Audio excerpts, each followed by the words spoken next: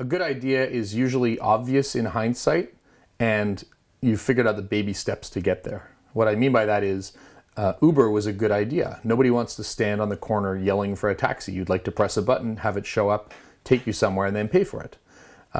Obvious in hindsight means that this is something you really wanted once it's available. But you also need to make sure that you have the baby steps to get there. When Netflix first came out, not everyone had broadband, and so Netflix put DVDs in envelopes and mailed them to people. They didn't call themselves postal flicks. They were obviously going to use networking eventually, but initially they said that the postage system was a really good way to get to market. If you're trying to build a really good pitch, the first thing you got to remember is the goal of every pitch is to get to the next meeting. It's not to answer everyone's questions so they can pass on you.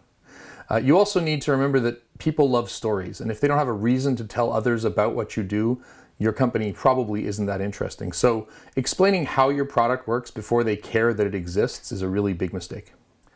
I think some of the things that are really dangerous when you're putting a pitch together are not thinking about your audience. Different audiences are going to have entirely different interests, and you have to anticipate the questions they're going to ask and answer them just as the person is thinking about them. So not knowing what mindset your audience is in and not providing the answers is one problem.